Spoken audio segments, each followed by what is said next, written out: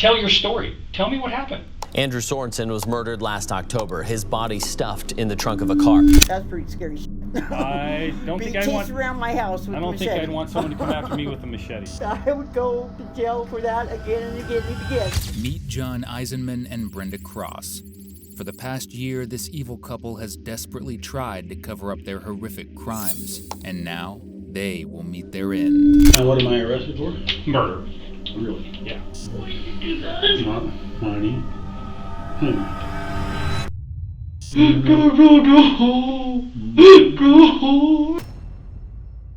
On October 22nd, 2021, two Spokane locals made a discovery that changed dozens of lives forever. A car had recently been abandoned on the street near their homes. After their dogs became obsessed with the vehicle and a foul odor began to permeate it, the two decided to investigate. If you ever find yourself in this situation, do yourself a favor and call the police before you open the trunk. Because when the two opened the back of the 90s Honda Accord, they discovered the decomposed body of 19-year-old Andrew Sorensen, who had been missing for over a year. Andrew had abruptly vanished in early November of 2020. His family had been desperately searching for him, fearing for his safety for more reasons than one. Andrew struggled with substance use disorder, and on top of that, had autism and cerebral palsy, which made functioning alone incredibly challenging for him. He was often taken advantage of by friends and strangers, and would frequently welcome unhoused individuals into his home and give them money and food. Fortunately, police had a pretty immediate lead about who would attack this teenager, because the car belonged to Brenda Cross, the longtime girlfriend and current fiancée of John Brooks Eisenman. When police learned that Brenda and John's daughter had been dating Andrew at the time of his disappearance, they knew they were on the right track.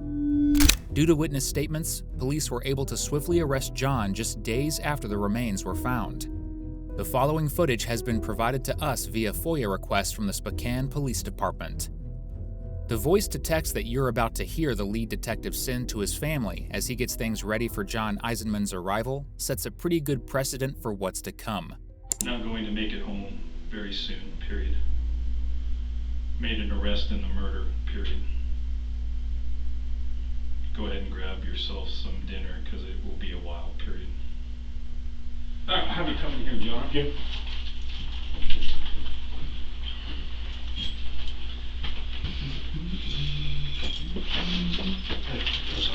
Yeah, thanks, sir. You want something to drink? Water or something? Water would be cool. Okay. So, hey, John, just to let you know, right up here there's a camera, okay? So everything in this room is audio and video recorded. Yeah, okay. So, just for the record, hey, it's today's October the 29th of 2021, and it's 4:38 p.m., okay? Mm-hmm. And you're good with the camera, the video, all that good stuff? Mm-hmm. Okay. So, John, so what? Are you kind of wondering why you're here? What? Well, I've been talking so with what Brenda. What did they tell you when they arrested you? Me. Did they tell you what the charge was? Am I arrested? Yeah. They didn't tell me. Yeah, they did arrest you, so you are under arrest. Oh, okay. Okay? Yeah, so you are under arrest. So. Mm-hmm. And what am I arrested for? Murder. Really? Yeah. You are arrested for murder. Yeah. And obviously, my job as a detective is I investigate. I've been doing this for 36 years. Mm-hmm. So, in fact, I'm hoping to do like one more, and you're going to see me retire. Good for you. But I've been doing this for 36 years, and I've learned over the course of that years that there's always two sides to a story. Mm-hmm. I mean, I understand that. Mm-hmm. Nothing that happens in a person's life is black and white. Mm-hmm. I mean, there's gray areas. There's things that happen in our lives that affect how we act, what we do, and nothing's black and white. Right. And I get that sometimes people that are good people, and I'm one of those people, can make a bad decision based on emotion or events or several other things. So what I like to do is I always like to collect both sides of a story, because I know there's two sides of a story. So I've kind of collected this side of the story. So who's murdered? Huh? Who's murdered? Well, how about this? Because I could tell you the name, and I will tell you it here. Because I'm going to be, okay. What I will tell you, John, is as we talk, I'm going to be honest with you. Mm-hmm. Not going to bullshit you, not going to lie to you, not going to trick you. Mm-hmm. I'm going to be honest with you. Okay? Because that's who I am. I don't lie to people. I don't trick them. like I told you earlier, there's always two sides of a story. So my job is to gather the facts, the information, and everything else, and then try to make an intelligent decision about what it is. Okay? So obviously the thing is, you've been arrested, which I told you that, and you've been brought down here to a police. I mean, they handcuffed me. They didn't tell me they were arresting me. I mean, Okay, but well, I'll tell you that. But I assumed. Yeah, you probably assumed that when they put handcuffs on you and put you in a police car that you were probably under arrest. No, I thought it had something to do with the car, because me and Brenda have been talking, like, wonder what they found in there. Right. You know, Right. Did someone do a robbery? Well, in it? and I would love, like I said, that's what I want to talk to you about in this room tonight. And like I said, I'm going to be honest with you. I'm not going to bullshit you. I'm not going to lie to you. I mean, I can only imagine if you're down here at the detectives division, you got to think that this is pretty serious, right? I mean, you're not down here for a littering ticket or a trespass or a shoplifting, Well, right? when I seen your card, major crimes. Yep. They don't come out just for, say how you doing. Exactly. I mean, Yeah, we usually don't. Yeah, do courtesy calls. not too much. Okay, so understandably, you've been under arrest. Like you said, you got put in handcuffs. You got taken down here. Now you're put in a room. There's two detectives sitting here. Okay. In order for me to have a conversation with you, okay. Have you ever watched TV? You ever watch cop shows? Okay. So you probably know. In order for me to have a conversation with you, I have to advise you of your rights. That's a requirement that they make of me anytime I bring a person in here to speak to you. So what I want to do is read your rights, and if you decide to talk to me, then I will tell you what I know, the reason you're here, and pretty much anything you want to know. How does that sound? The officer reads John his Miranda rights.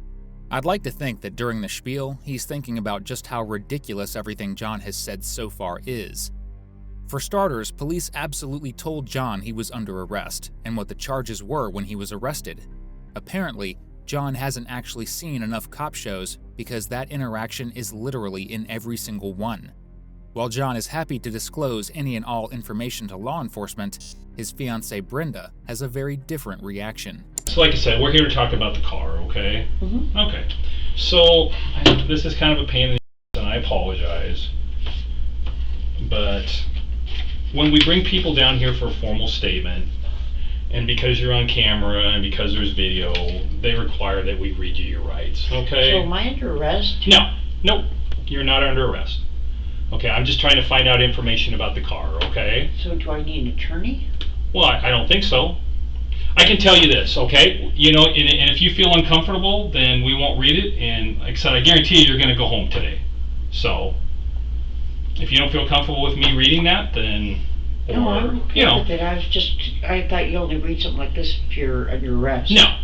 Brenda should have asked for an attorney, just like John should be asking for one now.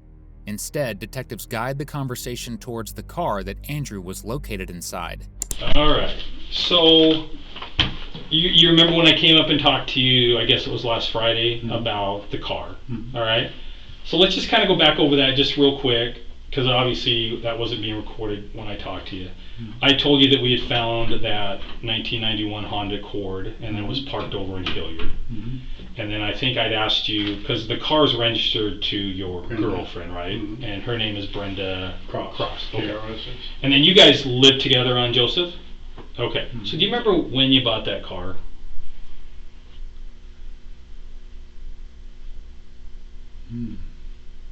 Not exactly. Okay. Whenever I registered, whenever Brenda registered. Oh, okay. Okay. It was supposed to be registered. I was going to register it in my name, and then it sat there for the longest time. No one drove it. Right. And I said, well, just give it to Ashley. That's Oh, what okay. I bought it for anyway. And she Right. went down and gave it to her. I didn't know she didn't give it to her in her name. Oh, okay. You didn't know she left it in her name. And then they got in a fight. And all of a sudden she comes back with the car, and I'm going... Well, me and her fought over that one. It's like, well, why don't you just turn around and go give it to her? Right. Why would you do that to your daughter? Right. Take her only. I just didn't get it. Yeah. Now, if that's her only transportation, why do you take it back?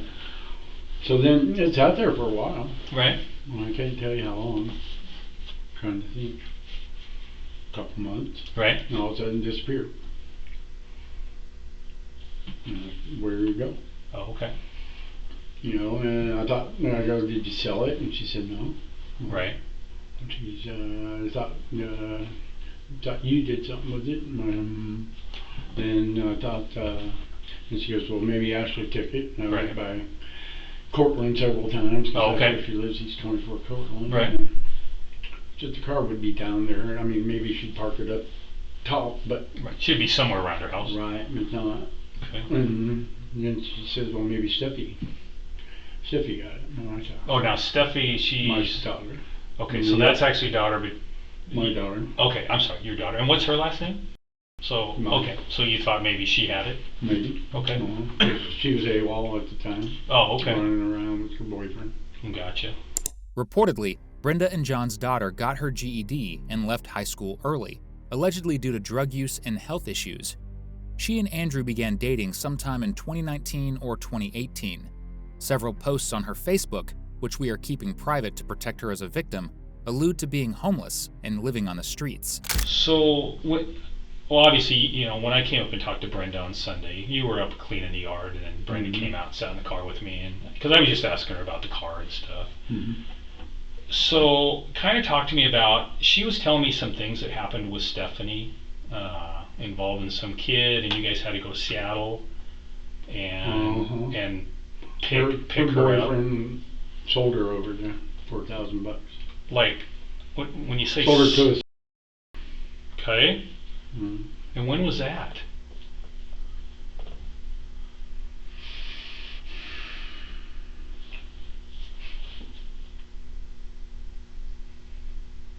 Well, it was starting to get cold in the rainy season, so Okay. yeah, 2019. Okay. 2020.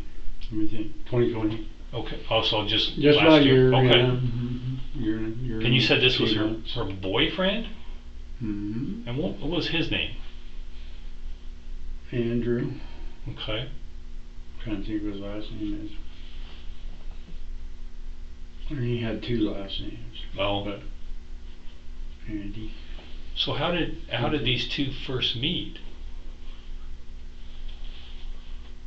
A friend of hers knew him. Ben. Okay. Benjamin. Okay. Not Ben that I was with, a little kid, 18-year-old, 19-year-old kid. Okay. And she met him that way. Okay. So when did she meet him? Do you remember? Early summer. Early summer of just this last year. 2019, Okay. I believe. So Or maybe late summer of 2019. Okay. So they meet through this kid Benjamin. And they knew other people. Okay. And then are they friends? Do they turn into dating? What kind of relationship do they end up in? Kind of like they were buds kicking around, you Okay. know. I think there was at some point or whatever. Right. They were robbing me blind, you know, and I kept looking at them and I was going, I said, you know, if it wasn't for my daughter, I'd be beating your ass right now. Right. So were they both stealing from you, or your She was daughter? allowing it. She was allowing it? taking him into my house. Okay. So now did he stay at your house for a while, or he was No, she was no. allowing him to come over? And take stuff. What kind of shit were they taking from you? No, all kinds of stuff. If you go look at the house, it's full of everything. It's crazy. Right. There's Wii systems, Xbox 360, there's games, there's, you know, every one of my kids, even Ashley, you know, I always got them a TV, I always got them a game system, always, Right. I mean, blah, blah, blah, blah. Right. Spoil them, I guess, I don't know. But, no, and like, a friend of mine died, and gave me knives and this and that, and memorabilia stuff, and Right. they were taking that. Oh, okay. Mm-hmm. So I'm guessing, obviously Stephanie's your daughter. Mhm. Sounds to me like almost like Andrew was was he coercing your daughter into this, or Yeah. tricking her, or Well, what did he groom?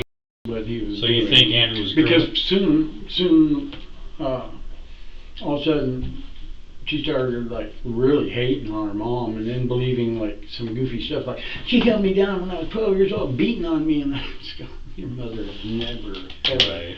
The only time she's ever hit you is when you hit her, Right. and then you called her, and she didn't even hit you then you called her a C word, Right. and then she struck out and hit her. Right. Right. Okay, but, I mean, what are you antagonizing your mom? Don't Right. poke the bear, I mean, Yeah. but, yeah, So I believe they, some of the stuff they were with, she was believing because they were keeping her high, and she was high all the time. Oh, On and that, Andrew was. Mm-hmm. Was there more than just Andrew, or mainly Andrew that was doing all this? Andrew and Alex. Okay. That's his friend, I guess. Okay. Because I remember her telling me that Alex helped her down because he couldn't even get the phone from her. Oh. And Okay. so do you know what? So that when they were stealing this stuff, were they like pawning it, or what do you think? somewhat. Somewhat. Some was pawned. So you think they did, Some was told. basically they wanted the money is what they Traded wanted. for dope. Okay. So they Whatever. could dope up on it. Mm-hmm. Okay. How long did this go on when they were stealing shit from you? Shit, for about 6 months. Oh, okay. And was there a point where you said, I don't want that guy in my house? Oh yeah, I know. I told him. I said, what? And I told him, dude, you don't even know. Right. I mean, if it wasn't that my daughter likes you, Right. I would be beating your right now. Right. And Understand. he didn't think I could because he's, in 18, 19, I don't mean how old he is, they get so cocky. Right. Right. Well, and I'm an old gray-haired man, I learned a long time ago, old gray-haired Don't- men are the ones you don't mess with. Don't underestimate anybody. Yeah, no, I agree with you on that one. Mm-hmm. This gray-haired man makes it pretty clear that he wanted to beat the snot out of Andrew. And though he claims that his daughter and Andrew were just buds, Andrew's social media at this time makes an entirely different suggestion. He made several posts in August of 2020, shortly before his murder, about being engaged. There is no name attached to his engagement, but the timing certainly lines up. Johns claims that Andrew was a groomer who sold his daughter is the major focus of this case, with a completely shocking outcome.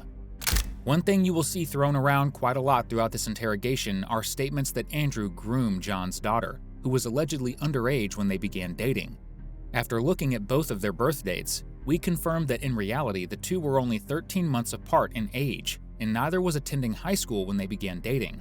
So while this was going on, was your daughter so she's living with you guys, and then Andrew would just pop in, or Kinda. She really wasn't. okay. She was living with Natasha, like on Beacon Hill for a while, and then down by Peaceful Valley. They were camping there. Okay. Mm-hmm. Okay. So at some point in talking, But with, she got hit. She got ran over by a car on Nevada in Central, okay. and she got awarded money, $23,000. Oh, okay. And then she's, I'm gonna buy this, I'm gonna buy that, I'm gonna buy Andrew a car. And I said, why? Right. She goes, well, I go, he's a piece of shit. And I go, and I told her many times, nothing good's gonna come from him. I can tell, he's just a shitball. And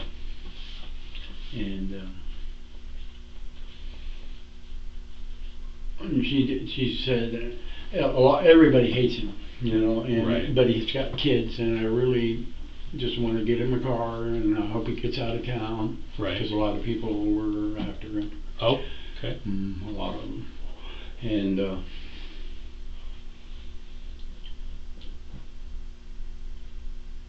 she'd hope he'd go riding off in the sunset and everything would be fine. Right. He got the car, Okay. walked her out of her own bank account, because her memory, so he just Right. changed it. She ain't got no ID, she can't even go into the bank. Right. COVID, all that, anyway. So he had to buy her a $9,000 car, took pretty much the rest of her money. I mean, she got some of it, I guess. She was a willing participant. I told her, I said, well, when you go in and you take money out, and you hand it to him, Right. you're giving it to him. That's you giving it. When you go and, but that's an argument between me and her. Right. Right. But, so after he got her locked out of her account and had access to it, then he took her to, not quite Seattle, Okay. in the hill coming down, whatever little town, and sold her. If you're lucky to get away. Right. When I told her, I said, well, no, you know, because the guy that was dragging her around, taking her, he said, I know your dad. And I was like, really? And it wasn't like the next place they went. Right. Some black people ran in, frantic, saying, you know, that she's from a rich family in Oregon, Portland, Oregon, blah, blah, blah, and they're racist, you know, and just causing a scene. And there was some mace there, and she was able to spray the mace, get out. And, well, that don't happen. Just, you know, I told her, I said, I think he staged it. Right. It's for you to get away. Oh, to help her. Just how often do they get away?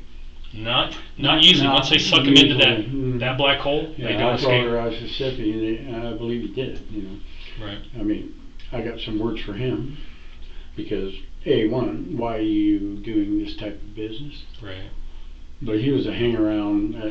I was in a bike club for a while, Right. Cleansville Bike Club, and he was a hang around at like our spring openers and stuff. Oh, okay.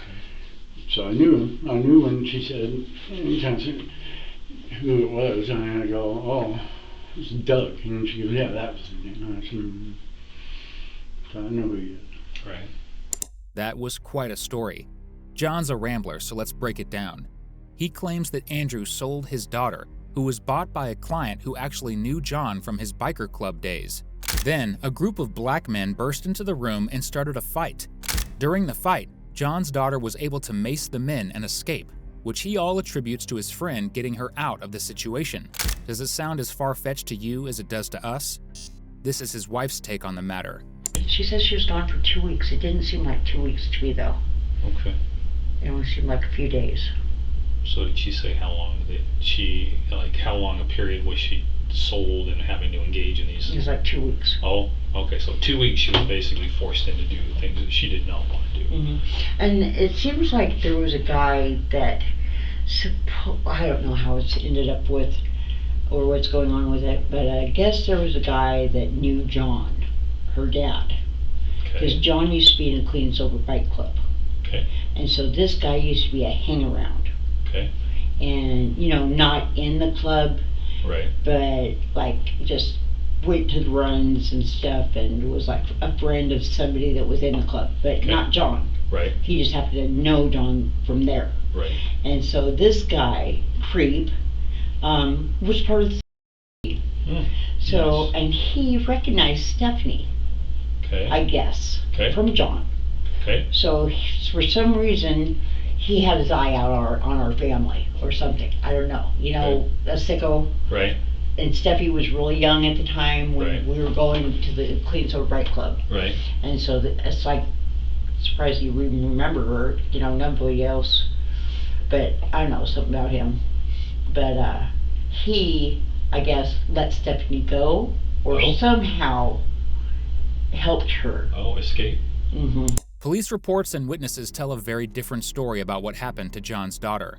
On October 20th, 2020, Andrew drove John's daughter and 2 additional friends to Renton, Washington to pick up their substance of choice. On the way, the group reportedly smoked, and Andrew then dropped his 3 passengers off at a 7-Eleven.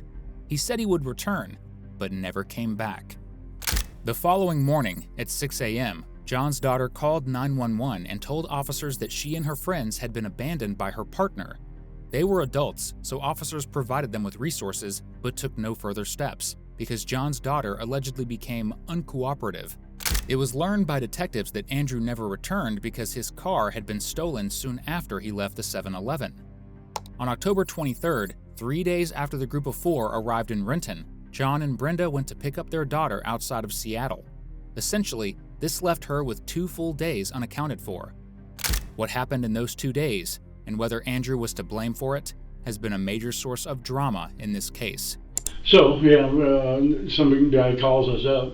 First he called us Okay. from like a hamburger joint or something. And Mom was on a Uber ride and couldn't talk. Said, I'll call you back. Right. Well, she left. And so then we didn't hear from her until the next day. Right. And so the guy called up and said, she found your daughter walking down the street without a coat, it's pouring down rain.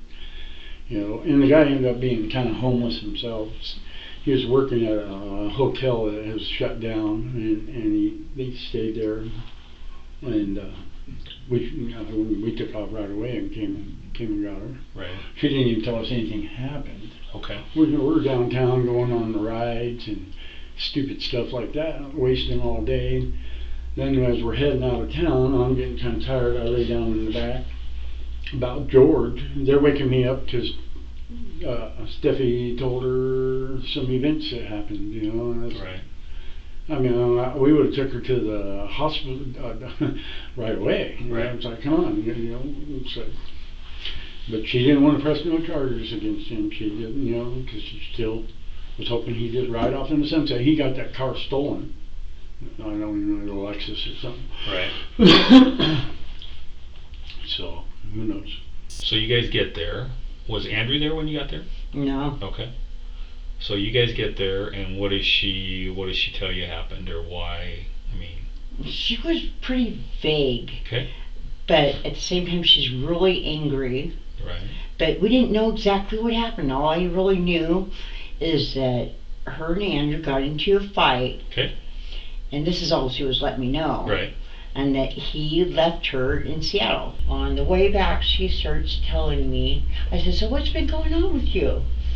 What's happened? And then she tells me that she was abandoned by, or sold for drugs for $1,000 from Andrew to somebody in. So Andrew sold her for $1,000 and for some drugs. And basically, did it sound like she actually? I mean, did she get stuck having to sadly have guys, or was she able to? Oh, so that she wasn't able to escape until she actually ended up having some Johns. There is a report from Sacred Heart Hospital confirming that the family did indeed bring their daughter in on October 23rd. But what happened during this hospital visit brings up more questions than it does answers. In the hospital report, John's daughter initially claimed that an unknown person approached her and sold her for substances for a few days. Then she changed her story, claiming that Andrew had been selling her in Seattle for 3 weeks and that she had escaped and was homeless, trying to get home. Investigators confirmed that based on the timeline of events, it was obviously impossible for her to have been homeless in Seattle for that long. Later, she would tell police that she believed the man who picked her up knew Andrew and that the two had made an exchange with her as the currency.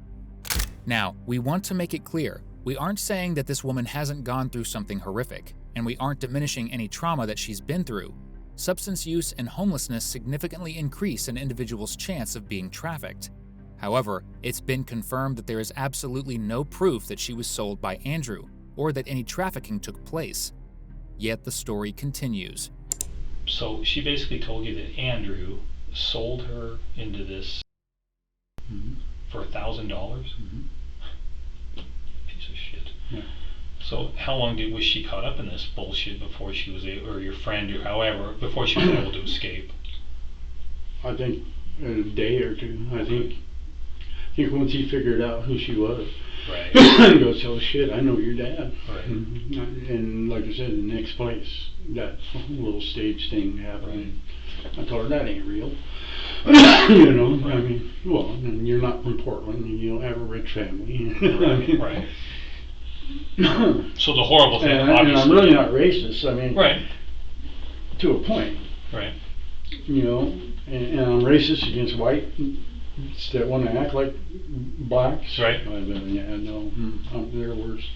and a bunch of blacks that want to act a bunch of shitballish. I'll stand right up. Right. Right. Because Andrew, he was trying to fly some colors, you know. Oh, was he? So what kind of colors was Andrew flying? Well, he's wearing this little blue thing. Oh, okay. You know, trying to. So was he trying to associate with the Crips? Is that what you thought? Yeah. Oh, okay. And then I come to find out that they ain't even called any of that anymore. They got all kinds. They're going, oh, you're old school. And I go, old school? What are you even talking about? Right. You know, whatever. But I told him, I said, well, you know, maybe you might want to reach out and talk to a couple of your guys about me before you go doing anything stupid. Right. Because I was in jail like in 95 or 6 or something. And 7 black guys running this tank, 40 white guys acting like little. And I'm going, wait a minute. We can outnumber them, this and that. Oh no, we're good. I said, well, I'm not. Right. I guess I'll take care of it. And so the next meal I came out, I sat my plate down at the table, and I said, that's my table. And I'm thinking, it's mine. Right. John's claim that he's not a racist, you know, to a certain extent, is totally checking out here. If you're trying to look innocent when you're being questioned about a violent murder, you probably shouldn't repeatedly talk about what a badass you were in prison and how many people were afraid of you. John continues to do that for several minutes. For the record, there is no confirmation that Andrew was in a gang. So when you went over and picked up Stephanie in Seattle, or we're just outside of Seattle and grabbed her, was that piece of shit Andrew there at all? Did you see him? No. Okay. You didn't run into him, didn't see him.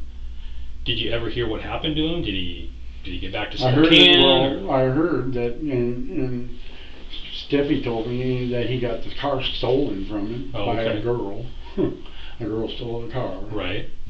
And I think she had it out at like Pines and somewhere. Right. Off the freeway. But yeah, no, I never seen him. Okay. So I don't think she ever seen him either. Oh, Stephanie. Okay. But she had a hard time. She tried going to some treatment and it didn't work out. And, right. And she just wanted out of Spokane. Gotcha. And took off to California. Too many horrible memories. Yeah. Right. So when you obviously, did you ever see that piece of shit in Spokane again? No. No. No, too many people after him. Right. There was a lot of people. Oh, was there? Oh, yeah. Okay. Because he's a piece of shit. He tries to do shit all over the place. And I don't think that was the first girl he sold. Oh, okay. Right. So people not happy with him. Yeah, and Steffi told me, you know, and that's why she wanted to get him in the car and get him out of town, because she's running around with him and people are chasing him all over the place and they're having to run and hide and do all kinds of crazy stuff. Oh, okay. Because people are after him. Right. Right. No, I get it. Well, and as a father, I can't imagine how you felt about the piece of shit. Well, it's like I told him, I mean, if it wasn't for her, I would have bashed her head in a long time ago. Obviously, John, I mean, you know I'm a major crimes detective, okay? I mean, I told you that from day one. And I'm going to be completely honest with you. I mean, you're sitting here for a reason. We don't arrest people unless we have evidence. So, I mean, I just didn't decide today that I was going to go out and arrest John just because. I mean, there's a reason that I arrested you. I've been pretty much working this thing nonstop since Friday, early morning of Friday, from about, I think I started at about 2 in the morning, and I'm pretty much 24/7. I've gotten some sleep, don't get me wrong, but I've been compiling evidence and, you know, everything else and figuring what's going on, okay? As a caveat, before we delve into it, I'm going to tell you, Andrew's a piece of shit, and I understand why sometimes things happen to people that are pieces of shit. It happens. And sometimes good people like yourself get to the point where, like we talked about earlier, this is the line in the sand, this is what you did, you're going to pay for what you did. And I'm on that same page with you. I get it. I get it. I'm a father. I completely understand. I understand that in any situation there are certain circumstances that you push a person so far and you do certain things to either that person or his children, there's going to be consequences, and I completely understand that. I just want to tell you that. You know, I'm sorry that we're meeting under these circumstances. Let's put it this way. Okay, for that I apologize. You're a decent guy. You've worked hard your whole life. I hate to see you sitting in a police interview room. I really do. You seem like a nice guy. And for that, like I said, I'm sorry. Mm-hmm. But as you can imagine, you know, once I got called Friday night,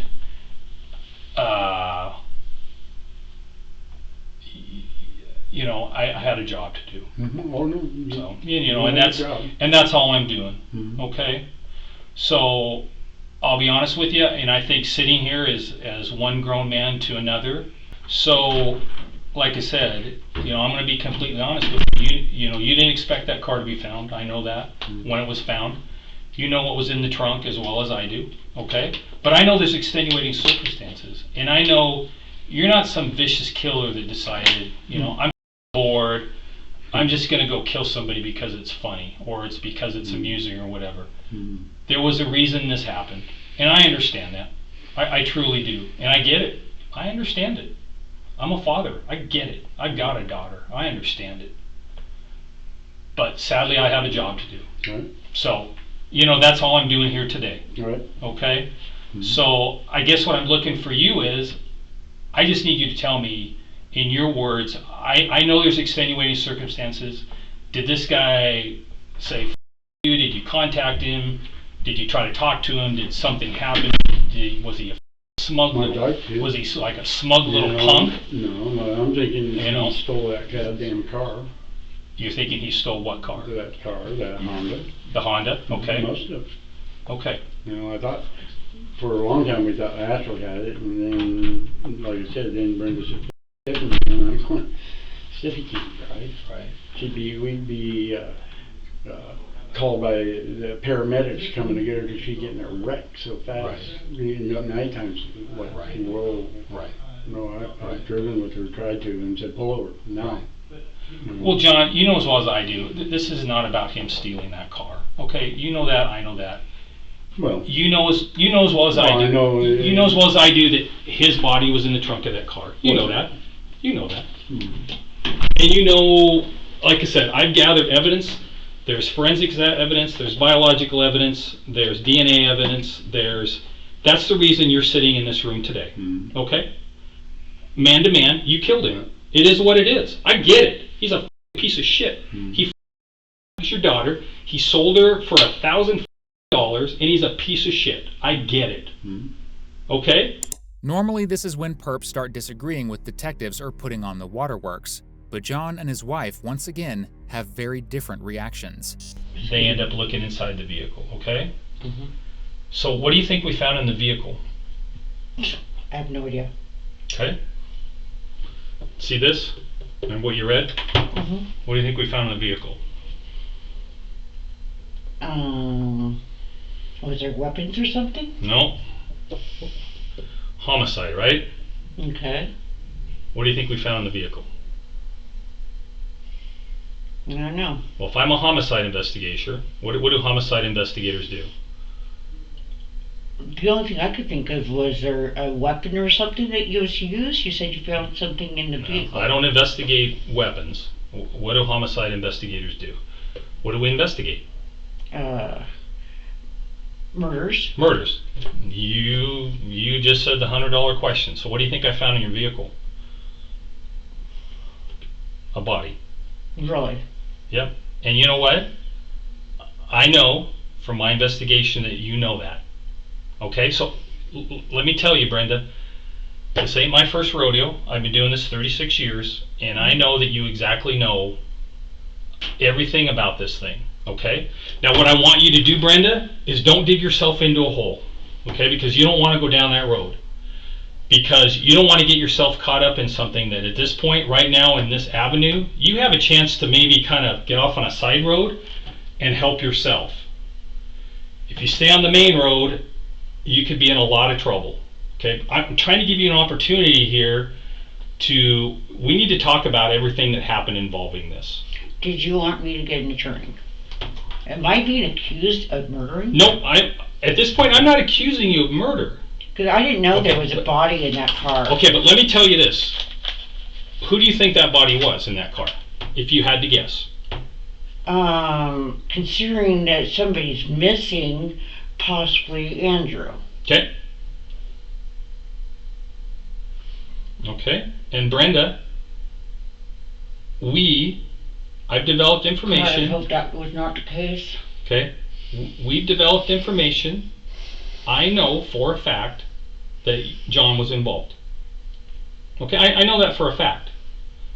So, like I said, I'm just looking for you to be honest with me. Okay? I'm not sitting here accusing you of murder.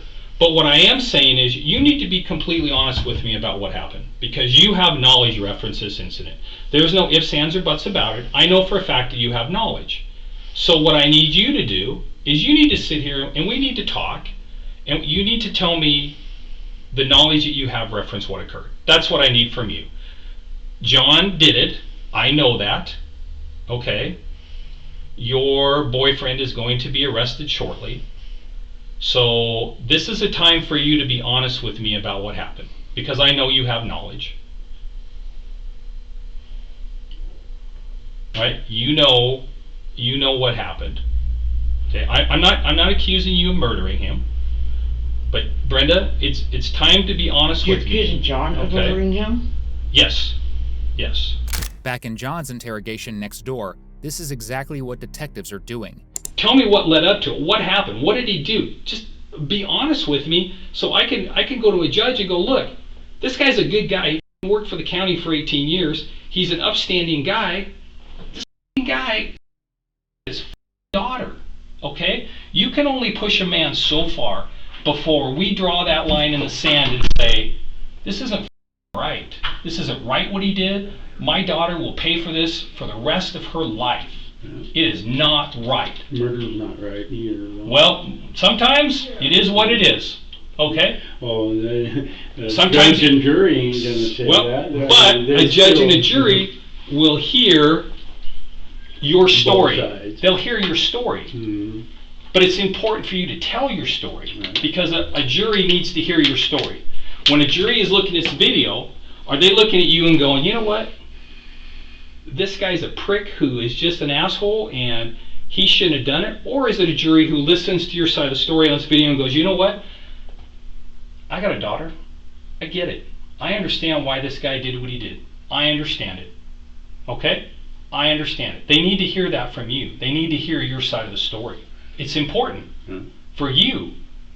For what happens after this. This is your chance. This is your chance to tell that jury right there what happened and why this piece of shit got what he deserved. That's all I'm telling you, man to man. Tell your story. Tell me what happened. Well, I'd like to kill him. Okay? I really, but no, he stole the car, evidently, because he's in it. Well, you killed him. I know that. So, Okay. once again, John. How do you know I killed him? Because I have evidence. I have statements. There's more people. There's more people than you that know about this. I don't have you arrested here for no reason. Okay? Once again, I'm just trying to get you to tell the people that you'll eventually talk to in front of a jury what happened. Okay? Just tell me what happened. I know about the property up north. I know that you never intended for that car to end up in the city of Spokane. That was got to be like a. Well, I mean, let's be honest. You had to have an aw shit moment when the police showed up on your doorstep Friday. You had to go. I'm sure your buddy could see I was having an aw shit moment. I could tell. looked right at him I could tell you were. So you know right there when the major crimes detectives walked up, you went. Oh, yeah. They found Andrew's body. You knew it. And that's all. I mean, we're being honest, right? We're being real men. We walked up and you went, fuck that. And she really don't know much about it. Brenda doesn't? No. Okay. Well, that's one thing I told Brenda, too. It's like, Brenda, obviously, I mean, I don't want to get her in trouble. Right. The only way she would get in trouble is if she knows things that you told her or she witnessed things you did. Right.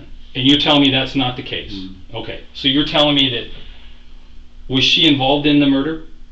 No. Okay. Was she present? And it wasn't even. Was she present when a murder? Okay. So what happened? What happened? Tell me. He was going to rob a friend of mine. Okay. After all this, you know. Okay. And I said, who are you dealing with? And he told me, I said, he's bad news, dude. I said, call him up and get him to come over, you know. Okay. And so I come walking out, around the corner, and he's like, and I said, oh yeah, you know, and we sat there and we talked, and he lied a couple times, you know, and I said, no, you don't get to lie. And then finally he admitted, yeah, I sold her for $1,000. Right. My daughter didn't tell me she got sold for $1,000. He told me he sold her for $1,000. Right. And that's still, and I said, you're being honest with me? Just like, what right. And I said, so I'm thinking we can work through this. Right. You know, but I'm madder and shit. And I go, why? Why would you? My daughter's got a good heart. She wanted to help you out, and then he spit on me. Okay. Yep. And that's when he got zip tied. Okay. And the sock stuffed in his mouth. Okay. And I still wasn't gonna. And somebody. I could get down here, and he said no. And I went to grab him, and he come flying down and doing a headbutt. And I lost my cool. Right. I started beating on, and my hands hurt so bad, and I'm doing hammer fist, and then took a knife out, stabbed him. Okay. I don't know how many times, it's quite a bit, because he kept fucking breathing and moving, and then finally, you hear that noise. Right. It's like, oh God. There's horrible animals. Right. And so, Joe across the street films my house 24/7. Okay. So at any point in time, you'll see that car left. Right. With me driving it. Okay. Came back with me driving it. Okay. He was in the trunk then. Oh, he was in the trunk of the Honda. Mm-hmm. Okay. And then I took off with it. Okay. And then she's like, just, where are you? Get your. Yeah, and I didn't want to tell her. No, understandably. Right. So, yeah, I mean, so. But yeah, no, I did it. Right. Mm-hmm. I'm not proud of it, right. Well, he pushed you. And he's an idiot because he was going to live. Right. I mean, I would have probably beat his. I would have untied him. Right. And let him swing. Right. And try to, I got fucking stupid kid. It's a pretty bold move to call someone stupid when you've just confessed to a murder. As you'll soon learn, though, Brenda somehow managed to do something even more stupid. So did this happen then at your house? Mm-hmm. No, up at the property? Mm-hmm. No, where did it happen at? Airway Heights. Airway Heights, okay.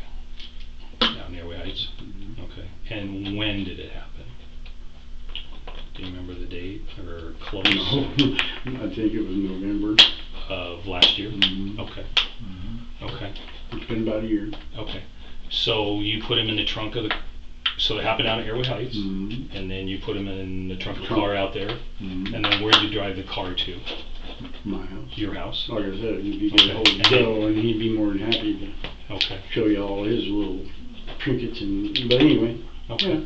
Yeah. So then you drive home, she's pissed off because where the f*** you been? Right. But everything's cool and everything. Right. It's like whatever, and then I got rid of the car. Okay. Where'd you take the car to? Over by Miller's One Stop up north. Okay. Is that Mr. Pierce's property? I don't know who he is. Mark. Oh, okay. What's some old guy, but it's probably the same guy. What's on a? Let's put it this way. There was a bus. Yeah, we were at the property the other day. So, Mm-hmm. how come you chose up there? Did you? I knew there was another car that was parked that was broke down. And okay. I knew somebody, and they told me about that, and I said, well, then that car looked just fine sitting there. Oh, so it didn't look out of place. Mm-hmm. Okay. Mm-hmm. So you parked it there like clear back in November? Yeah. Okay, and it's been sitting there ever since. Mm-hmm. So now the $1 million question: Who's the dumb that brought it back into town? Yeah, well, do you have any idea? No. No. I'm wondering. We were kind of theorizing. I'm wondering if somebody was out there and just needed a ride, yep. and decided, hey, this. Put a battery in it. Well, oh, is there no battery in it? Oh. Oh, did you take the battery out? Oh, when you dumped it? Mm-hmm. So I'm from what you're saying is you took the battery out so nobody would drive it. And somebody was nice enough to put the battery in it for you. That was nice of them. It was. So you never expected this car to show back up. Well, no. So I can only imagine, like you said, when we showed up at your house that Friday, you're like, gotcha. To this day, police have never publicly identified who stole the car. While John is lying through his teeth about nearly everything under the sun, he is actually telling the truth about where he left the vehicle. You're about to hear several more half-truths, because in this case, the real truth is almost too horrifying to believe.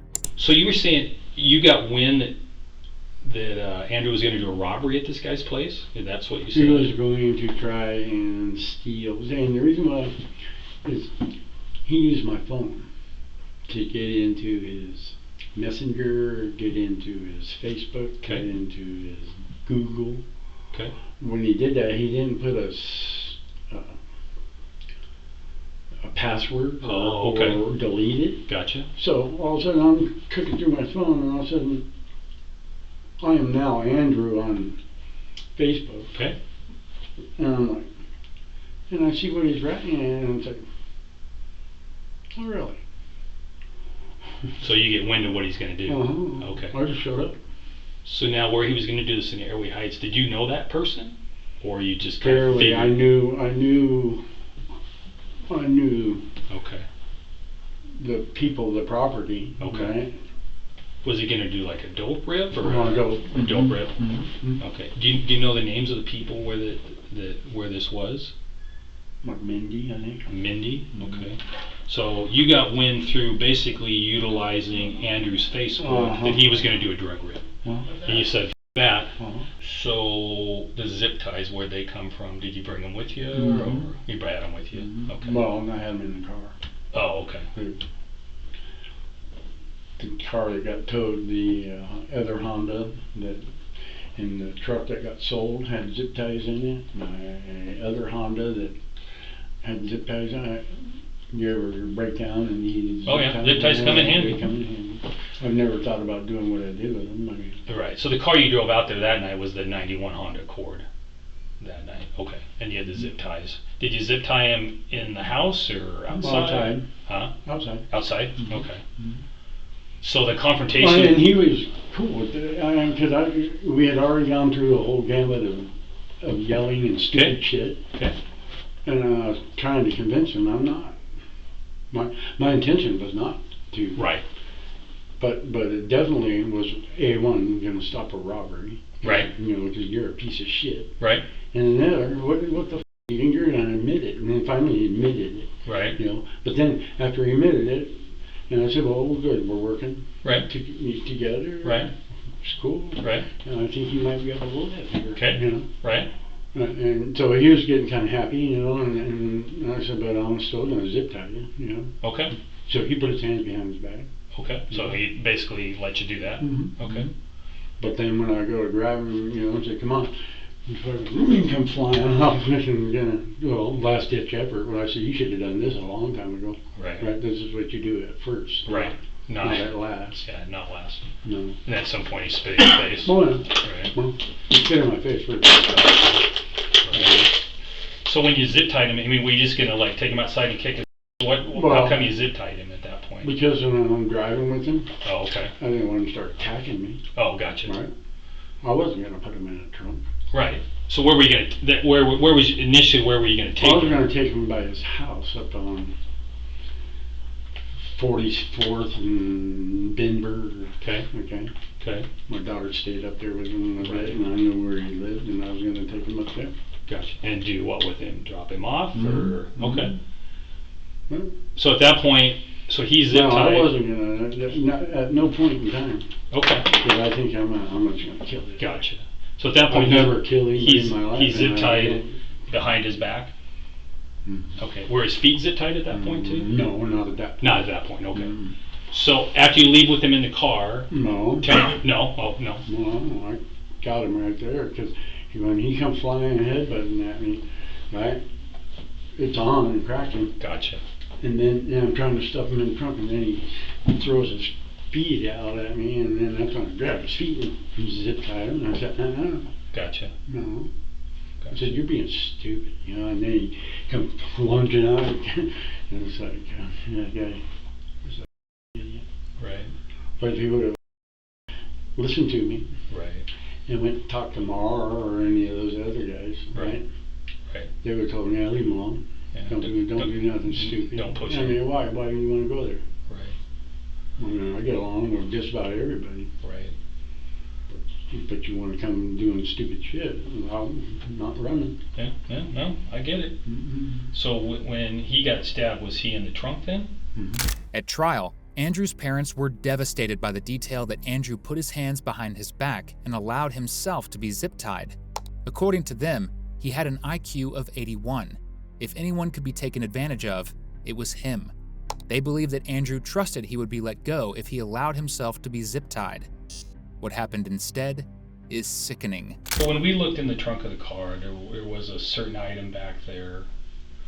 Obviously there was the body, but then there was another item back there. It was A concrete block. yes. What was the deal with that?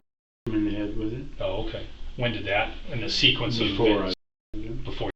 Where'd you hit him at? Just in the head? Did it knock him out, or was he still awake? Or Well, it knocked him out, Okay. but he was still breathing. oh, okay. And then you started. Mm-hmm. Okay. So, and I'm sorry, like I said, these facts go in my mind a million places. As he's going in the trunk, he's already zip tied because he put his hands behind his back. And then did you zip tie his feet when he's outside the trunk, or after you got him in? And then you After I got him in. Then you zip tied his feet. And because it was I wasn't planning on doing nothing. Right, He right. was supposed to be riding with me, and he's Right. doing all this stupid shit. Gotcha.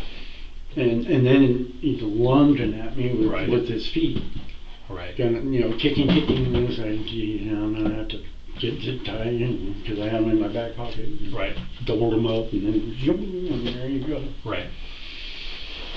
And I thought about leaving him in there, Okay. and then he started kicking with the zip tie, striking out, Right. and it just escalated.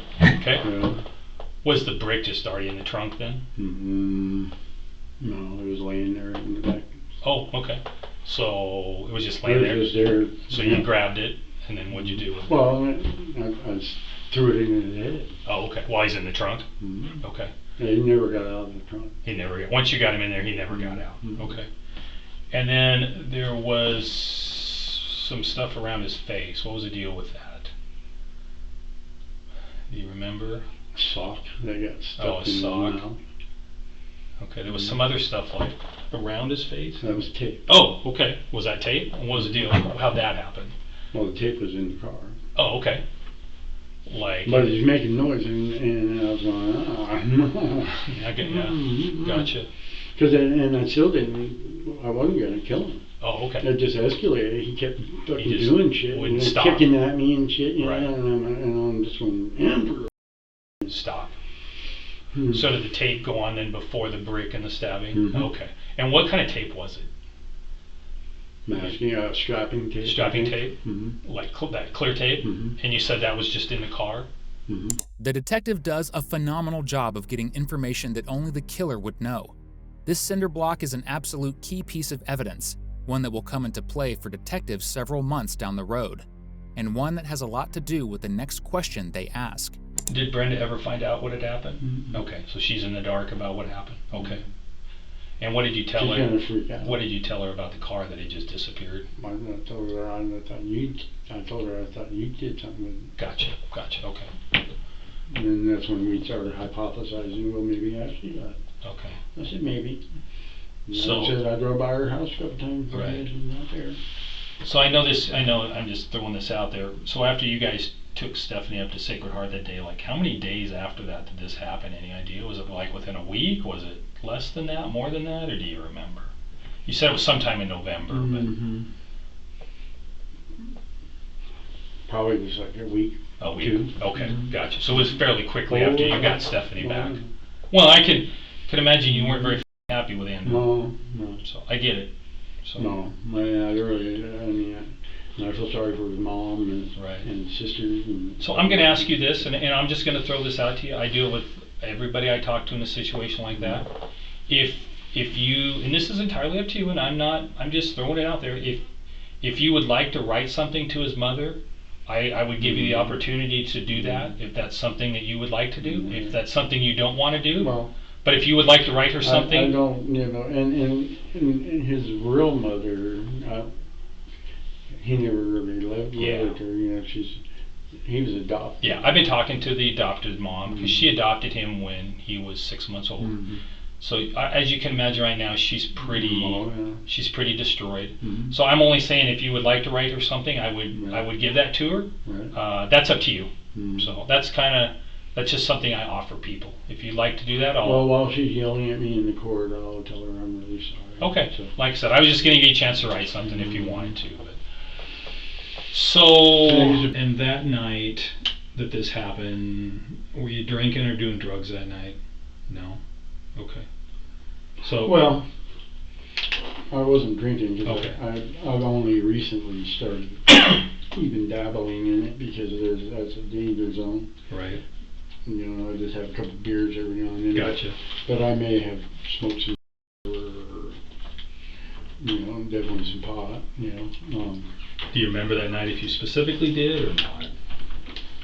No, I was smoking it every day, so Okay. I was smoking it. Okay. Gotcha. So any other thing? Finally got off that shit. Good. When did you get off that? Just a little bit ago. Good for you. Me and her. Good. She was doing it too, and the only reason why she did it was just because I did it in 2000, well, maybe blah blah blah. Gotcha. Okay. Stupid. Later, John will go on to claim that his drug usage was the reason that the murder of Andrew took place, in addition to the supposed trafficking of his daughter. With a confession in place, detectives allow John and Brenda to see one another. And we'll shut the door. Thank you, sir. Yep, thank you. Mm-hmm.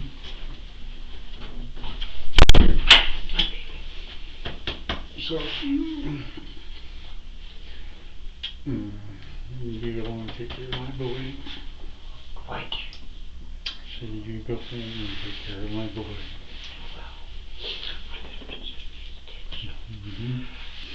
How long they can let us visit? Doesn't matter. Did We've they been arrest together you, 24 right? years, yeah. I'm going to go over there and be booked and then go to my new home. No, we can get you out of this. I need to get a hold of Devin. They'll give me a public defender. Huh? They'll give me a public defender. I admitted to it. I guess end it. Done. I ain't gonna drag you through that. You gotta take care of my boy, okay? You gotta take care of my girl. Why did you do that? What? Honey. Honey.